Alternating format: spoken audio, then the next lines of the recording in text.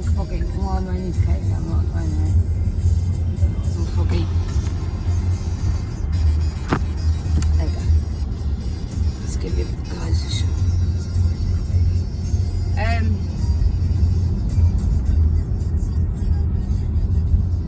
1, 2, 3. Hello. Drive along with Clary. Talking to myself. I'm filming it because I'll probably say something stupid that's funny, and I'll make myself laugh. So I want you to enjoy my laughs and my life. Excuse me. And yes, I would buy myself, even if I was by myself. It doesn't matter. What does it matter? Why should I care? Why should I care? So much to tell you. I've finally broken that fucking glass ceiling and proved to the NHS that I have not got bipolar. Woo! Yay! Yeehaw! Therefore, when I'm a little bit hyper, I'm not manic. I don't have to say I'm not manic, I'm a little bit hyper. I'm a little bit excited. I'm an inner child. When I haven't got Tourette's, I wouldn't be surprised I have. But it's more, Tourette's is more uncontrollable.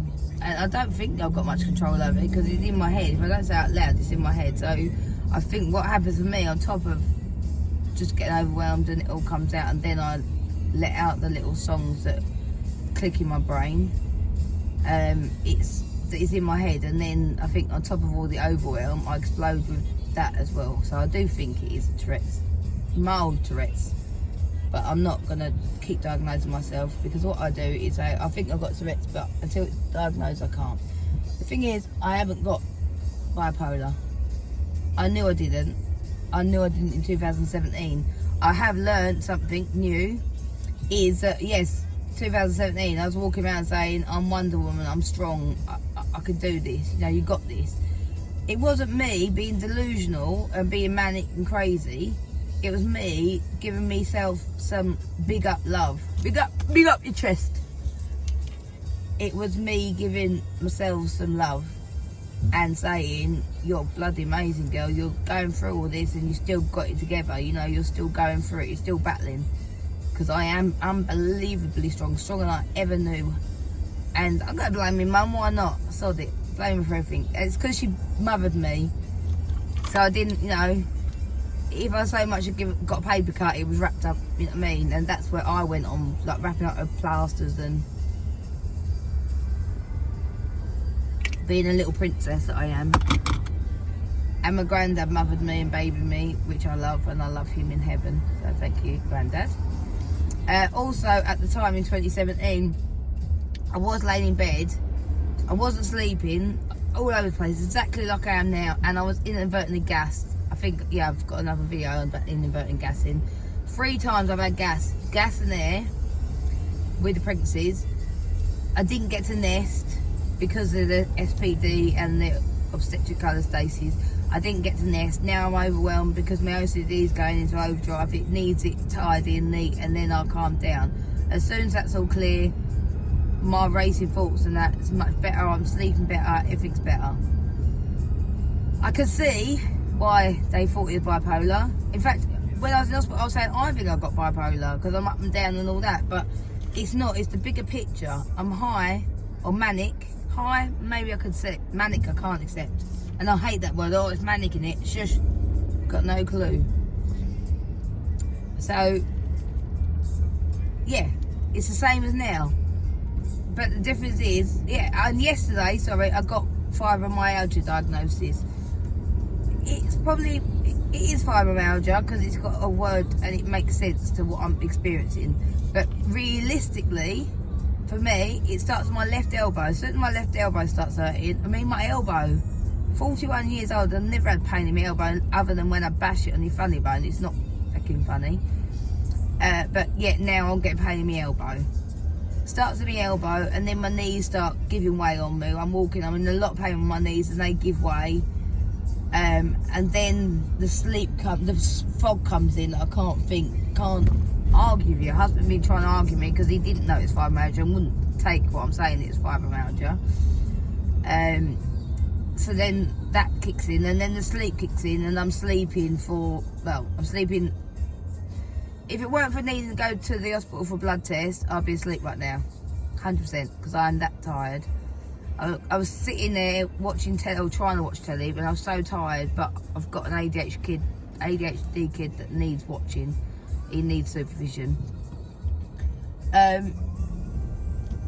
So yeah, like I couldn't go back and just sleep. Well, you know, most kids, like Dawes, my oldest son, Dawson Mackenzie, I could go to sleep, get him dressed for school, I could go back to sleep, wake up on the alarm for a school run, and it'll all be fine. Little Cats in Chaos, however, yes, I could get him dressed for the school run, fall asleep, I'd wake up, and he'd be naked for one.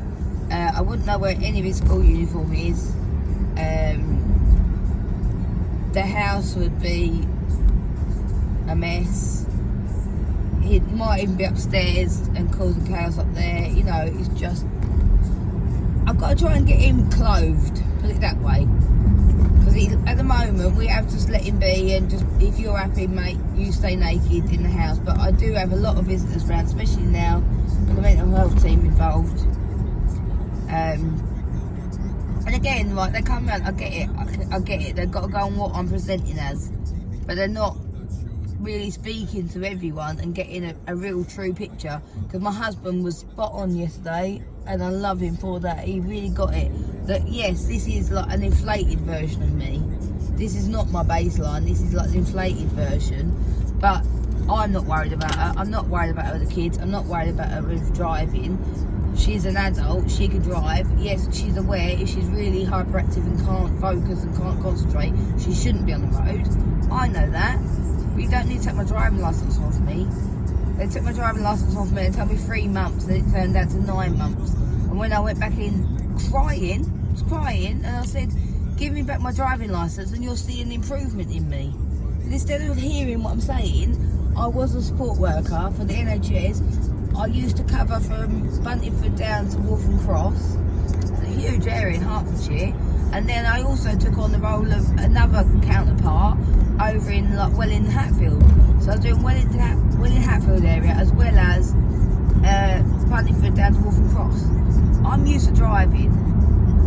Anywhere in Hertfordshire I could happily drive, and that's my territory. I get to Hitchin, every past Hitchin I'm out of my territory, and I feel a bit lost. I'll go for it, I'll do it. Same as Essex. Most places in Essex, Grays, I've been there once, but I was quite happy to go there. But you know, I've got a wide territory.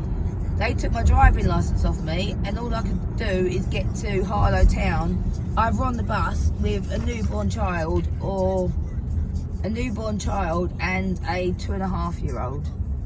You know, I'm not crazy, I'm just quirky, I'm just me. I'm just. I've got autism, I've got ADHD, I've got OCD and complex post-traumatic stress. I've got a skit coming along for you, for that one, of how it is, how my brain is and how these conditions react in like a person form. You can't, well, you might be hearing me because I'm a loud chewer, I'm probably a loud gulp when I drink. If I go quiet, I haven't gone to sleep and nothing's happened. I'm probably just drinking or thinking. And yeah, like the process in the autism, I talk out loud. I process out loud. It's taken me 41 years to say that I don't mean to talk so much. And half the time, I might start saying to you, but actually, I'm not talking to you. I'm just talking to myself out loud. So we've all got to learn just to know when I'm talking to you and asking you a question, and when I'm just talking to myself. And I'm afraid I have to talk out loud because the talking in my head just sends me round and round in circles, and I don't get an answer. Whether I get it out of my head or on paper. But again, I don't need to keep being pulled back, told, no, don't do it this way, do it that way. Don't write it down. What's the point in writing it down? You know, it's in your head. No, doesn't work for me. Don't get hyper focused on you cross stitch. Well, that's my That's my me time, and I'm overwhelmed, so I'm hyper-focused on my cross-stitch because I need a break from life. So don't keep pulling me back. Oh, it's bedtime, you got to go to bed. I know, I'm an adult, and I'll go to bed when I'm tired. I am physically getting tired now. The ADHD and the OCD and everything is not winning out. Because, yeah, the other day, well, the day of Ellis's surgery, I had an hour and a half sleep. Because I was anxious, truth.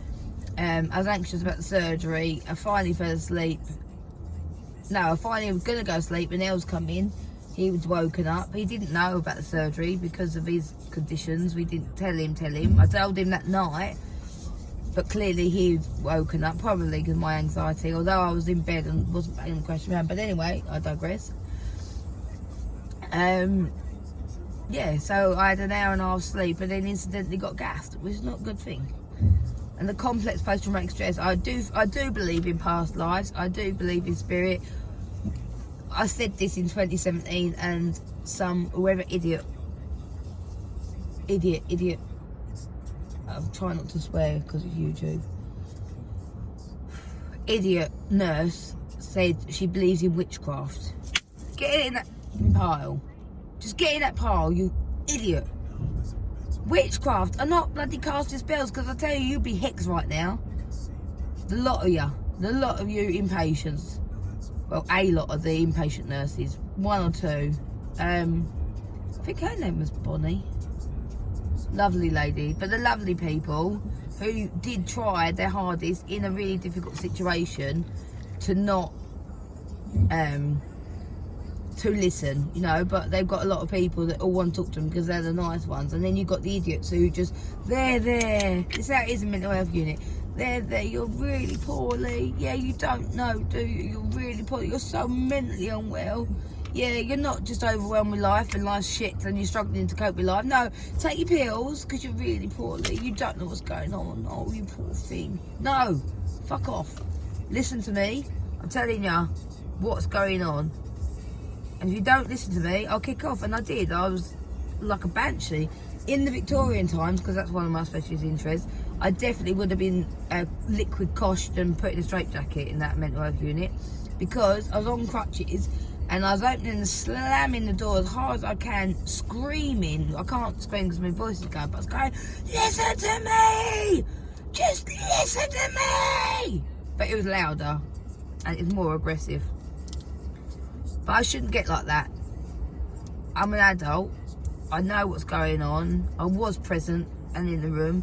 I was telling you that medication's given me really bad belly, and when I called you in and said I've got a bad belly, but of course there was an automatic flash, automatic flash on the toilet, so I couldn't prove that I'd had this bad belly.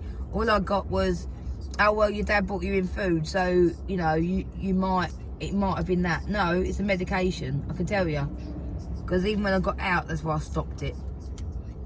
With advice, I told them I was stopping it, I'm not taking it. They did try and offer it again, the quetiapine. Brilliant drug if you want to sleep. But I had a 5-day-old baby to get up and do night feeds. It made me, like, my friend can take anything, can she, like, as she copes on the stuff she takes, I'm like, I would be floored. Because she's an amazing superwoman, and that's why she's my friend. Because we're amazing. Big shout out to Bill. I'm gonna name and shame you, Bill. You're fucking amazing. Oh, sorry. I love you. You're amazing. But yeah, how you cope with the drugs that you take and still standing, they just floor me, plus my drug allergies. So yeah, quetiapine for me, I'm slur my speech. I'm like I'm drunk. I feel drunk. And then my arms are really achy, like heavy, not achy, really heavy. Like leaded weights, and then my legs are like leaded weights, and I just can't do nothing but sleep. That's great if you haven't got a school run to do. And like this morning, I went to bed at 10:30, which is amazing for me. Ideally, I want to be asleep at 10. In bed at 9, I was asleep at 10:30. Really, ideally, I want to be asleep by 10. I was ready, but I hadn't quite finished what I did, so I hyper-focused and kept my eyes open, which is stupid. And I woke up at 5 when Els come in back probably 10 to 5, and then husband's alarm started going off to go to work. But I don't mind that even if I can go to bed at 10 and get up at 5, or 10 till 6, whatever time I can go to bed and get up. Because then we had a nice cup of coffee together. He was awake. Instead of him just keep snoozing at Poxy alarm, waking me up, but he's going back to sleep because he can. And then he's not having a coffee to wake himself up. He's not turning lights on because he don't know I can run out. How he's getting on the road and driving, I don't know. But I managed to convince him to have a day off yesterday because I had mental health home treatment team. And they've agreed. They said, like, oh, do you want us to come around every day? No, I don't. No disrespect for you, because all I'm going to do is tell you this story that I'm telling you right now over and over again, and everyone gets bored of hearing my story. I'm writing it down. You can read it one day, and it's funny because I'm funny. Funny in the head.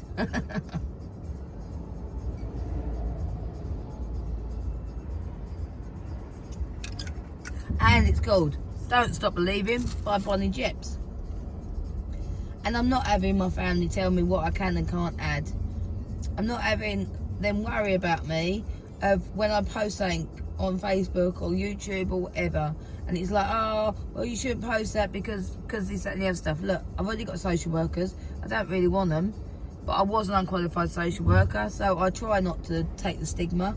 But as long as they listen and know that I'm doing my very best in the very, very, very difficult conditions that we live in.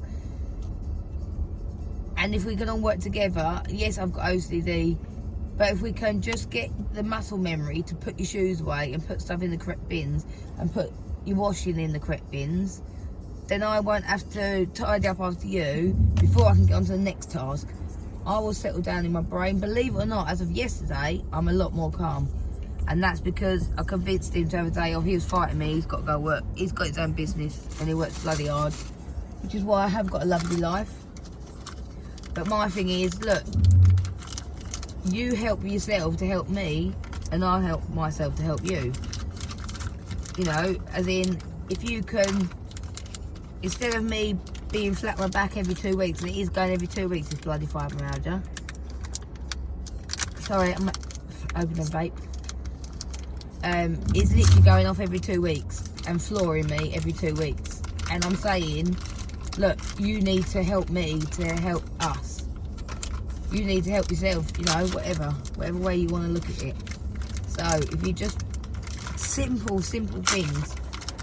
Once you finish your can of Coke and you're getting up, pull it in the bin. Every time you get up, put your stuff in the bin. Don't just leave it on the floor, and then you go upstairs, and then, you know, you don't come back downstairs, and I'm downstairs tidying up, and then I'm running around after you, putting stuff in bins that you could have done, and then I'm downstairs for longer, and then I'll wear out, so I have to sit down, and then I have to get up again and sweep the floors, and then I have to sit down again because I'm knackered and I'm old, and then I have to get up again and wash the floors, you know, and then before too long the time's gone and you're shouting at me, are you coming up? Well, no, I need to chill down.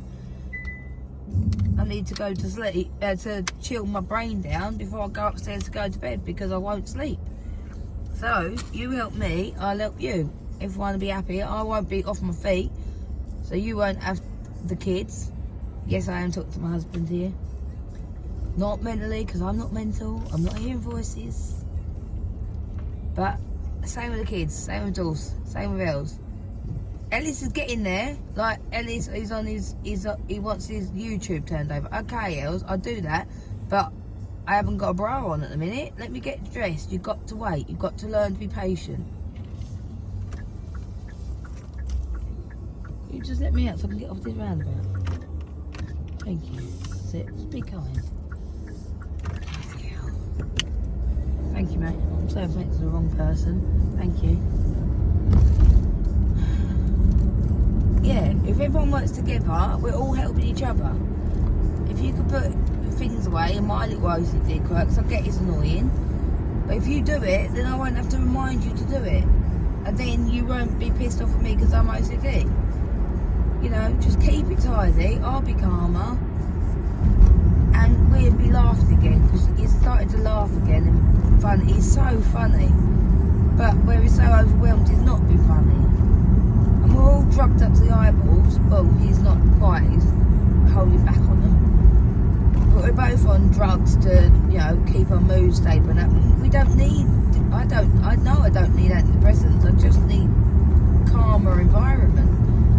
And when it's calm, I can write my Poxy book. Rather than keep telling my Poxy story. I'm bored of my own story.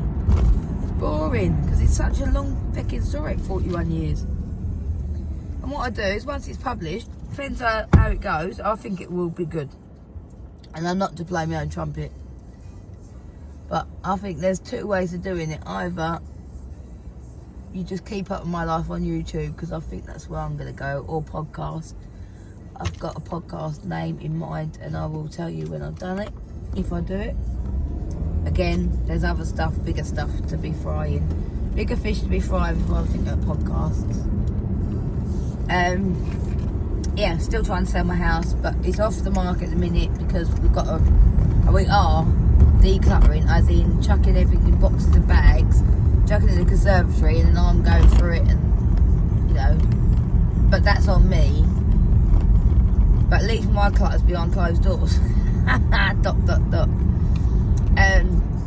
So I've got a huge task ahead of me, but at least my bestie, Belle, and my mother-in-law, amazing woman, another amazing woman, has pulled together and been there for me, doing the heavy lifting and, you know, helping with the overwhelm, because I knew I needed to do the books.